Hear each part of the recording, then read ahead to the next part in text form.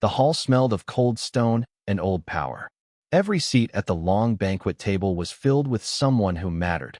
Lords of distant systems, fleet commanders with rows of battle marks on their chests, advisors whose families had served the Vorith throne for centuries.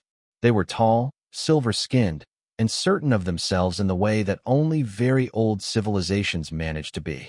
Rael Adrin sat at the high table beside Princess Sorva and did not belong there by any measurement the Vorith recognized. He was short by their standard. His skin was a dull brown, not silver.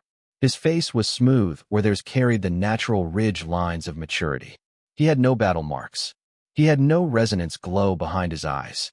He wore a Vorith ceremonial robe that was cut for a body 8 inches taller than his, and the sleeves kept sliding over his hands. He adjusted them, picked up his cup, and looked at the room. The room had already decided what he was.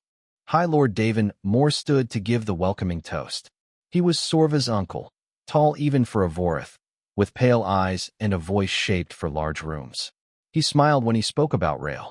He kept smiling. "We welcome the princess's bond partner," he said. "A representative of humanity, a species, we are told, that has existed for nearly 200,000 years." He paused. "Though, of course, individually they last only a fraction of that. We are told this particular human has perhaps 60 or 70 years remaining." Another pause. "We hope he makes the most of them." Polite laughter moved around the table like a slow wave. Rael sipped his drink.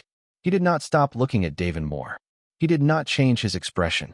A fleet admiral across the table leaned toward his companion and said, in a voice not quite low enough, that humans had no resonance trance, no armor plating in their skin, no natural weapons of any kind. He seemed to find this remarkable in the way one finds a wingless bird remarkable. Interesting. A little sad. Sorva sat perfectly still beside Rael. She did not correct any of them. She did not defend him. She watched him the way a person watches a flame in a room full of people who have not noticed the fire yet. Lord after lord came to greet him through the evening. They were all polite. Politeness was easy when you did not consider the other party a threat. They asked him about Earth. They asked him about human warfare, and when he answered with specifics, they listened with the patient, vague attention people give to a child explaining a game they invented. One lord asked, genuinely curious, whether humans experienced fear differently, given that their lives were so short. He seemed to think it was a kind question. Rael said that yes, humans experienced fear in some very specific ways. The lord nodded as though this explained a great deal, and moved on. When the banquet ended and the hall emptied, Sorva and Rael walked back through the corridor of the inner palace in silence. A small attendant named Lorne trailed behind them with a tray of evening refreshments that nobody had asked for, but he brought anyway, because Lorne was attentive in the way that quiet people often are. Inside their chambers, Sorva turned to Rael. "You said nothing," she said. "I said several things. You said nothing that mattered. You let them speak." Rael sat down and pulled at the sleeve of the robe. "I have been the least important person in the room before," he said. "It is useful. People forget to watch what you are doing."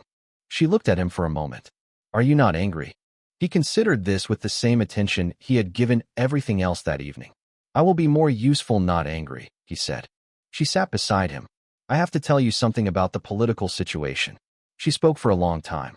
She told him about the Outer System faction calling itself the Restored Sovereignty, about the funding that came from somewhere inside the noble houses, about the Whisper campaign that called the royal bloodline contaminated because she had chosen a human. She told him war might be coming. He listened without interrupting. When she finished, he asked 3 questions. How many ships did the faction control? Which systems were between them and the capital? And what were the known supply lines? Sorva stared at him. "You are already planning," she said. "Someone should be," he said. He was not being sharp about it. He said it the way someone says that the window should probably be closed when rain is coming. Simple. Practical.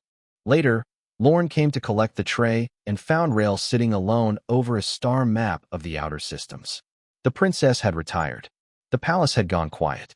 Rael was making small marks on the map with a stylus, slow and careful. Lorne set down the tray and stood there a moment longer than he needed to. "Are you frightened?" he asked. He was not sure why he asked. It was not his place.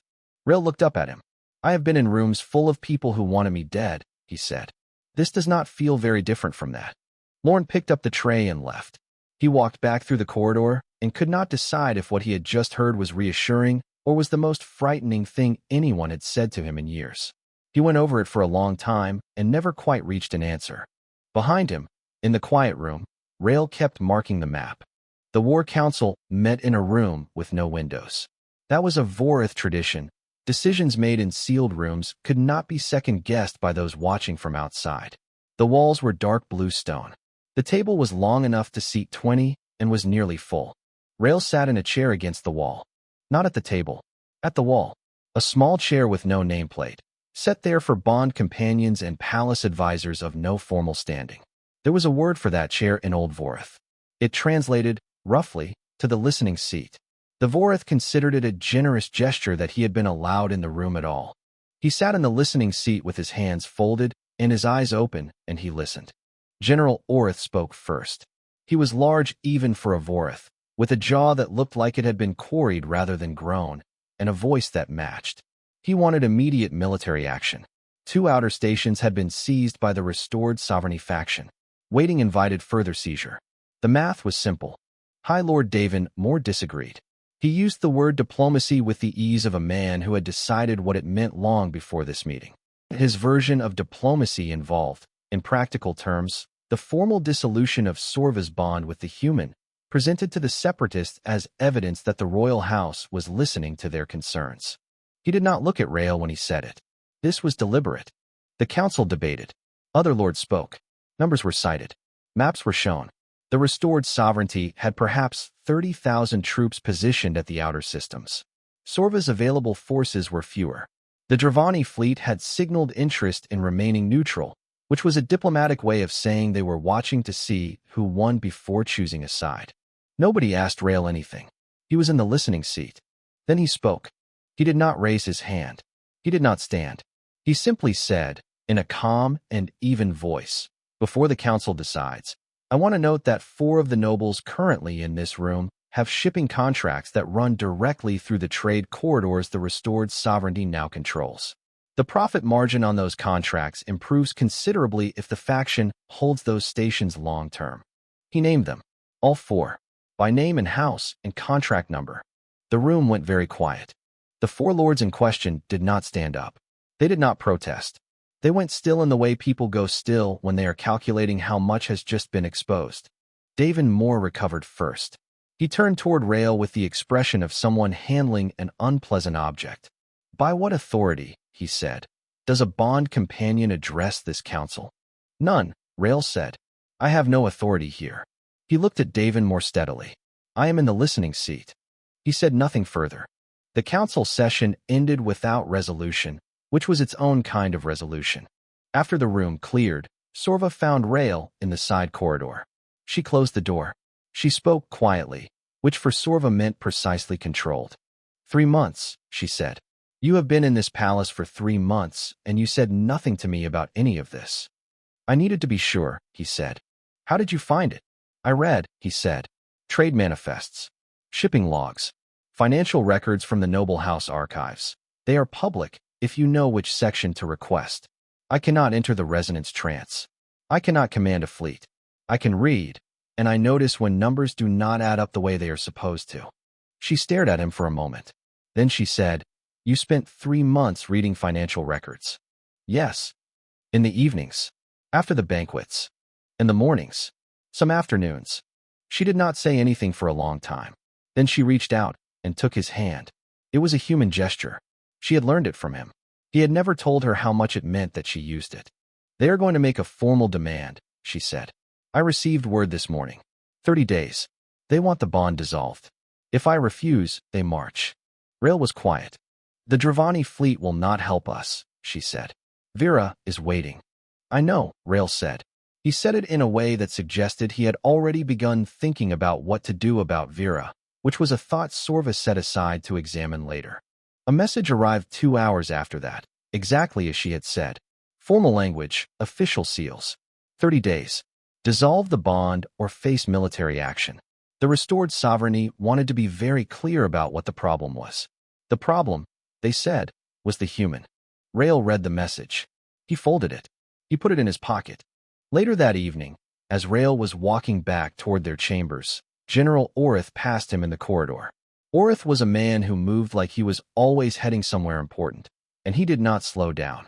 But he spoke as he passed. "You found those 4 names," Orith said. "Not a question. Before my intelligence division did." Rail said nothing. Orith did not stop walking. "I have 40 analysts," he said. "You have a chair against the wall."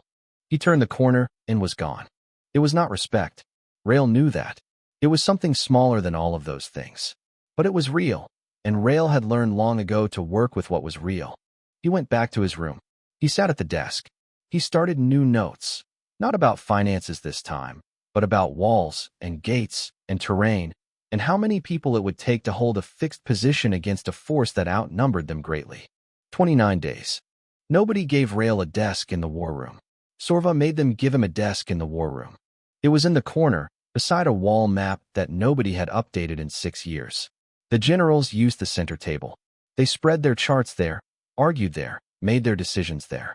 Rail's desk was too far from the center table to be included in those conversations. This was not an accident. He did not seem to care. He came in early and stayed late. He made notes in a small book he kept in his jacket. He asked questions. The questions often confused people.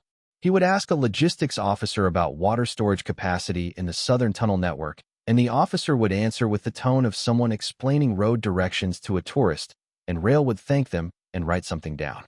He asked a city engineer about the load-bearing structure of the old trade corridor south of the gate. He asked a medical officer how long it took to treat a deep cut on a Vorith body versus a human one, and then said nothing in response to the answer except thank you. He slept 4 or 5 hours a night. He did not appear to find this difficult. One of the younger officers mentioned it to another, and they both agreed it was probably a human disorder. A logistics officer named Sot was the only one who treated Rail's questions as worth answering fully. Sot was young by Vorith standards, not yet a century old, and had not yet learned which people were worth ignoring. He began giving Rail real supply data instead of the summarized versions. He was not sure why. Something about the way Rail asked felt like it mattered. On the 12th day, Rail submitted a formal defense proposal. He brought it to General Orith. Orith read it in front of him and did not ask Rail to sit. The plan did not use resonance battle formations. It did not account for Vorith warrior trances or aerial resonance strikes. Instead, it referenced 7 conflicts Orith had never heard of, battles fought on a single planet, with ground forces, over small pieces of land. The names were human and old. Orith did not know what a Thermopylae was or what happened at a place called Rourke's Drift, and he did not particularly want to find out. He put the plan down. "Your species has no real military tradition," he said. "Not by galactic measure. How many wars has your species survived in the last 2,000 years?" Rail asked. Orith looked at him. "4 significant conflicts. Humans have survived over 500, Rail said. "Not one. Survived. There is a difference." Orith said nothing. He put the plan in a drawer. On the 20th day, High Lord Davin Moore came to find Rail alone. He dismissed the attendants. He sat down across from Rail and spoke in a low, even tone, the kind of voice that was designed to sound like reason. He offered Rail money, enough to live comfortably in human space for the remainder of his natural life. He offered transport. He offered a formal dissolution framed as Rail's own decision, made freely, from which no shame would follow. He said it was the best outcome for everyone. He said it would end the crisis without blood. He said a lot of things. Rail listened to all of them. When Davin Moore finished, Rail said, "Thank you for the offer." Then he went back to his notes. Davin Moore stared at him. He had expected arguments. He had prepared for arguments. He left the room with the uncomfortable feeling of a man who had thrown something at a wall and watched it pass through. On day 29, the confirmation came. The restored Sovereignty Army was moving. 40,000 ground troops. A fleet of 60 ships. They would reach the capital system in hours. Sorva's forces, 12,000 defenders, 22 ships. The war room went loud. Orith declared the fleet engagement plan. He would meet them in orbit. Ground defenses would hold the capital. He looked at Rail, almost as an afterthought. "Any final thoughts from the advisory corner?" "The fleet engagement is a distraction," Rail said. "The true ground assault will come from the south, through the Dravani corridor." He paused. "Admiral Vera has already been paid." The room stopped. Orth's voice dropped to something very controlled. That is a significant accusation. Do you have evidence? Rail opened his case and handed Orth a file. Orth read it. His color changed, the silver of his skin going slightly pale. He read it again. He looked up at Rail. He did not say anything for a long moment. Then he started shouting orders. The entire plan had to change. All of it. In hours. The room became chaos. Rail went back to his desk. Sorva found him there, going over the Southgate schematics one more time. She stood beside him and looked at the map. You knew about Vera before today, she said. I suspected. Today I was sure. She put her hand on his shoulder. Are you ready? He looked at the south gate on the map, a narrow corridor, old walls, defensible if you prepared correctly, impossible if you did not. He had been preparing it for 29 days, piece by piece, question by question, in the quiet hours when everyone else was sleeping. Yes, he said. She held his gaze. Tell me something true. He thought for a moment. He told her about a valley on Earth, 300 years ago. 300 soldiers. An army they could not stop. 6 days. They all died, but the people behind them got out. She asked why he was telling her this. He said he wanted her to know it had been done before. The south gate held 12 people when Rail arrived. 12. 2 of them were injured from an earlier skirmish at the outer perimeter. One was barely old enough to have finished training. The gate itself was stone and old iron, wide enough for a transport vehicle, and behind it lay a corridor of narrow streets that led, eventually, to the palace. Vera's betrayal had been deeper than Rail estimated. The enemy broke through the Dravani corridor 3 hours early. The bulk of Sorva's defenders were committed to the northern and eastern walls. Nobody had expected the south gate to be hit this hard. 40,000 soldiers were moving through the outer city. The gate would fall in less than an hour. Rail came through the inner door with a data pad in one hand and a Vorithfield pistol in the other. The pistol was too large for his hand. He wore no armor. Nothing had been made to fit him. He had a jacket, boots, and 29 days of notes. One of the defenders looked at him and then looked at the others. The human is here, he said. It was not said with hope. I'm taking command of the gate, Rail said. Silence. Then, from the back, is the human going to stop 40,000 soldiers by himself? No, Rail said. I'm going to use what's behind the gate. He held up the data pad. Let's go. He gave orders. They were not the kind of orders the defenders expected. He sent 2 soldiers to a building on the east side of the approach corridor and told them exactly which structural pillar to place a charge against and at exactly what angle. He sent 2 more to the water main junction under the street. He told the youngest soldier, the one who looked barely trained, to get to the upper wall and do nothing except watch and report what he saw, and to keep his head down and to stay alive. The defenders moved. They moved because something in Rail's voice was not asking. The enemy vanguard entered the corridor 7 minutes later. Narrow space. Rail had chosen this gate for that reason. They were large and well-armored and moving fast. The charges went off. 3 buildings' worth of load-bearing failure happened in a sequence Rail had mapped on paper 4 days ago. The corridor filled with stone and dust. The vanguard stopped. From the upper wall, the young soldier reported what he saw, and Rail told him what to look for next. It bought 11 minutes. The enemy adapted. They found the flanking alleys and pushed through in smaller groups. One of the defenders went down. Then another. Rail moved along the wall, directing soldiers, burning down his prepared positions. He had 17, built over 29 nights in the dark. He was using the 14th when the shot hit him. It was a glancing shot, high on the left shoulder, from a position he had not covered well enough. It knocked him sideways into the wall. The pain was immediate and total. He pressed his back against the stone, put his hand over the wound, felt the blood come through his fingers, and looked at the data pad. He was still standing. He kept standing. He pushed off the wall, read the pad, and told the nearest soldier where the next charge was. The defenders saw it. All of them. The human had been shot, and he did not fall, and he did not retreat, and he did not change what he was doing. He moved a little slower. He was pale. He kept going. This was not something the Vorith had a category for. Warriors in the resonance trance felt no pain. But Rail was not in a trance. He was not furious. He was just continuing. Like stopping had not occurred to him as an option. An hour passed. Then another. The south gate held. It held because the corridor was designed to funnel 40,000 soldiers into narrow groups where 12 defenders could manage them. It held because every position was prepared. It held because Rail had spent 29 days thinking about this gate, this corridor, this army, and he did not stop thinking just because he was bleeding. When Ortha's battalion arrived at the south gate, they came expecting to fight for it. The gate was standing. The enemy was falling back.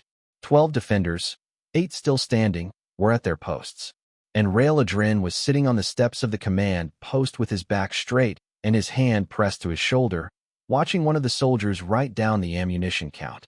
Orth stood in the entrance of the ruined corridor. He looked at the wreckage, the collapsed buildings, the stopped advance, the broken line that had been 40,000. He looked at the gate, still standing, and the humans sitting on the steps, bleeding, making notes. He walked across the rubble and stood in front of Rail. Rail looked up. Is the fleet handled? Orth said yes. Rail nodded. There's structural damage in the northwest. The charge I set under the water main compromised the foundation of the East Block. I flagged it in the pre-battle survey. He held out a report. Orth took it. He looked at the date.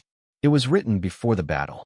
All of it, including the structural note, written before the gate was ever attacked. Orth stood there holding the report for a long moment. A medic arrived and knelt beside Rail. He began to work on the shoulder. Halfway through, he stopped. You knew you might die here, he said. Yes, Rail said. He hesitated. Were you afraid? Rail said the whole time. The medic did not speak again. He finished the bandage in silence, because he did not have words for what he had just seen, and he was not willing to set it aside. 3 days after the battle, the south gate had been cleared of rubble but not yet rebuilt.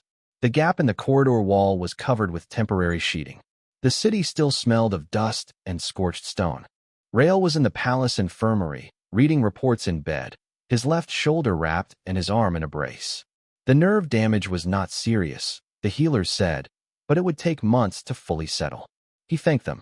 He went back to reading. Sorva arrived on the morning of the 3rd day. She sat beside him for a long time without saying anything. She took his right hand and held it. He looked at her, and something in both of them went quiet in the way things go quiet after a long storm. Not empty, just finally still. It is over, she said. Yes, he said. Davin Moore is in custody. The faction has collapsed. Vera is fleeing to neutral space. I know, he said. He had read the reports. She stayed with him for most of the morning. She did not ask him to do anything. He did not try to be useful. It was a rare few hours in which they were simply 2 people sitting together, which was, it turned out, more than enough. General Orth came on the afternoon of the same day. He came with 2 of his aides, which was customary for formal visits. He stood inside the infirmary door, looked at Rail for a moment, then dismissed his aides with a gesture. They left. He walked to the foot of the bed. He was quiet for a long time. Then General Orth, senior commander of the Sovereignty's ground forces, veteran of 4 wars, a warrior who had never in his long life given this particular gesture to any being who was not Vorith, bowed. Not a nod, not an incline of the head. Warrior depth. The deep forward bow that the old Vorith texts reserved for a battle-proven equal. He said the words. Old words. Formal ones. The phrase in Vorith for, I see you. I was wrong about you. You are real. Rail looked at him from the bed for a moment. Then he said, I had good walls to work with. Your city's architecture is excellent. Orth stared at him. Something happened in Orth's face that had probably not happened in decades. He almost smiled. He did not quite complete it. But he tried, and the trying was visible, and he left the room with slightly less stiffness than he had arrived with. The story of the South Gate had spread through the city by the end of the 1st day. By the end of the 3rd, it had reached the outer systems. The Vorith were a practical people. They did not rush to make legends. They gathered facts first and examined them carefully. The facts were these. A human, alone except for 12 soldiers, wounded, held the South Gate against a force of 40,000. He had prepared the position himself over 29 days. He had not entered a resonance trance. He had not used advanced weaponry.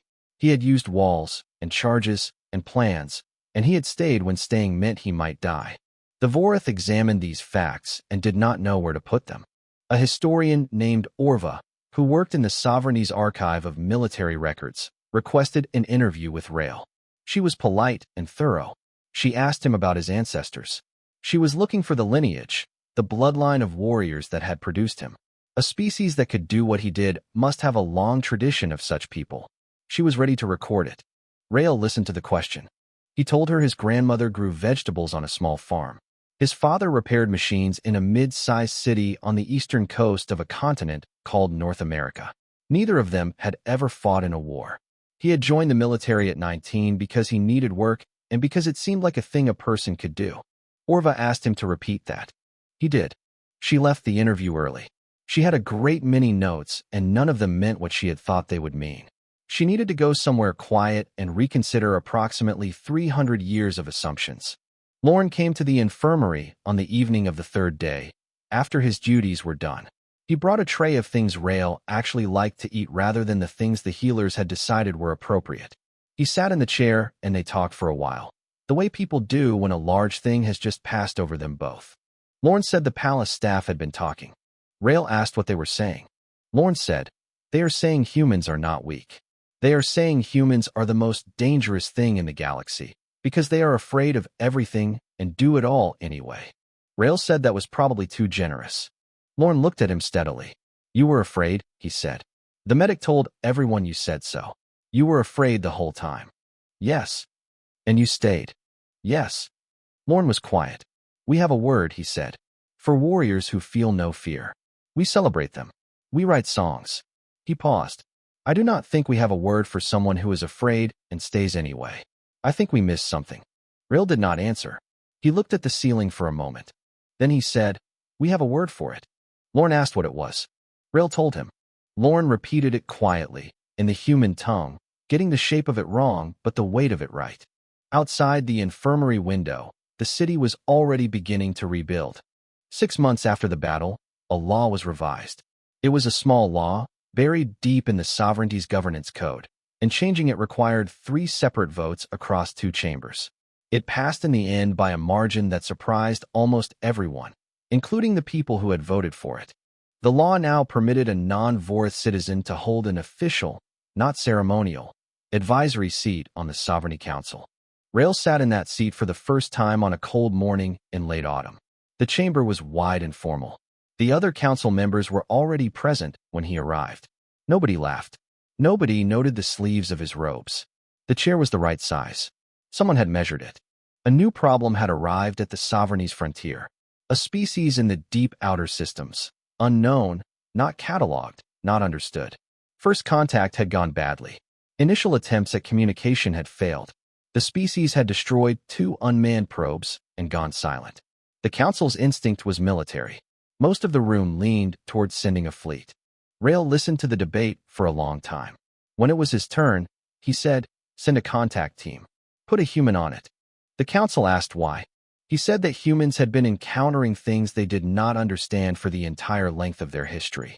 Things that did not fit their categories, that broke their models, that made no sense by any measure they had. They had been doing it for 200,000 years on a single planet before they ever reached space, and they had been doing it in space for the 40 years since. They were afraid of the unknown. They were also, by long practice, curious about it. In humans, those 2 things often lived close together. He said, "This is not a military problem yet. It is a contact problem. Humans are good at contact problems." The council was quiet. General Orth spoke. He said that the sovereignty had spent 40 years underestimating humans. He said he personally had spent 40 years underestimating humans. He suggested they stop. The vote passed. A human xenocontact specialist was formally requested from Earth. For the first time in the sovereignty's long history, they had asked humanity for help in something that was not trade or treaty or labor. They had asked for what humans actually were good at, walking towards something strange and staying curious. After the session, Rael was standing in the outer corridor when Sot found him. Sot had grown since the crisis. Not physically. He was the same height, still young by Vorith measure, still a little too eager. But he stood differently. He had been accepted into the Sovereignty's new cross-species tactical academy, the first of its kind, built around a methodology that was not entirely Vorith anymore. He thanked Rael. He said it in formal Vorith and then in rough human standard, because he had been learning, and he wanted Rael to know he had been learning. Rael told him he had earned it himself. Sot said, You did not have to teach me. Rail said, I know. That is why it counted. Sot left with something settled in his face that had not been there before. Lorne had left palace service 2 weeks earlier. He had been offered a post at the academy, teaching logistics and resource management to non-combat personnel using, partly, human methods. He was nervous and proud and had said goodbye to Rail in the garden with a great deal of formality and then, at the end, simply stood there and said, I am glad you came here. Rail had said he was glad too. They had stood there a moment longer than was strictly necessary, two people from very different worlds who had somehow ended up on the same side of something important. That evening, Sorva found Rail at the window of their chambers. He was looking at the city. The south gate was fully rebuilt now. You could not tell from this distance that anything had happened there. The streets were full. The lights were on. She stood beside him and told him that the palace had given him a name. A formal one, in Old Vorith, the kind of name that ended up in the records kept for memory. He said he had heard. She said, Do you want to know what it means? He said yes. She said, The one who stood in the long dark and held the light forward. Rail did not say anything for a while. She asked if he minded. He said, They should put it on all of us. Every human who was afraid and stayed anyway. There have been billions of them. I am just the one you happen to see. She reached for his hand. She held it. Then I will tell them that, she said. They might not listen. I will tell them anyway. He looked at the city for a little while longer. Below them, the lights of the rebuilt South Gate were on, and the streets around it were full of ordinary life. People coming and going, not thinking about the gate, not thinking about what it had cost to keep it standing. They did not need to. It was standing. That was enough. Somewhere in the sovereignty's great archive, historian Orva had submitted her revised monograph. Its opening line read, We believe the universe favored the strong. We had not yet met the species that decided that was not their problem. She had spent 6 months writing it. She thought it was probably the truest thing she had ever put into the record. She was right.